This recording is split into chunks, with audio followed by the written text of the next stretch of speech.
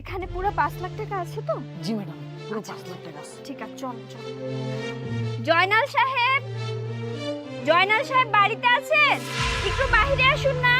কেডাই আইলো এই গরিবের বাড়িতে? আমি তামান্না চৌধুরী। এই জেলার মধ্যে সেরা 10টা স্কুলের মধ্যে আমার একটা স্কুল, আপনারা তো খুব ভালো করেই জানেন।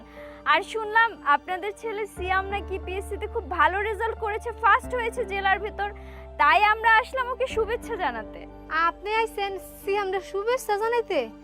এটা কি আমি স্বপ্ন দেখতেছি? আরে এত অবাক হবেন না, আপনারা যা দেখতেছেন একদম সঠিক দেখতেছেন। তা বাবা সিয়াম কেমন আছো? জি, আমি এখন অনেক ভালো আছি। জয়নাল সাহেব এটা রাখুন। এর মধ্যে কি আছে?